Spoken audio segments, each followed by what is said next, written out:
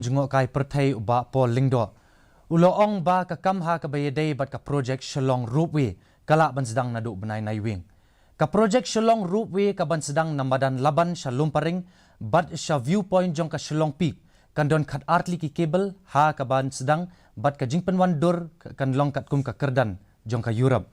Ya ka tender ka bayadei bat kani en sa khat hau benai Jemang kat ba ya ka kam la ban Sdang hau benai Naiwieng mata usnem. Ka Tnad kam Jngoh kai perthai kan sa shim ya ka sinjam halor katu kat nitli ki project na ka benta ban kinti wi ki kam Jngoh kai ha ka jala ba kintup ya ka jingpenlong ya ka police bazar kum ka pedestrian zone nalor ki we. The project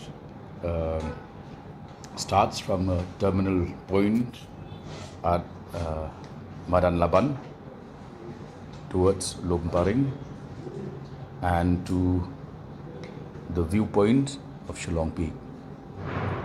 And we will have 12 cables initially, and the engineering will be done as per European standard.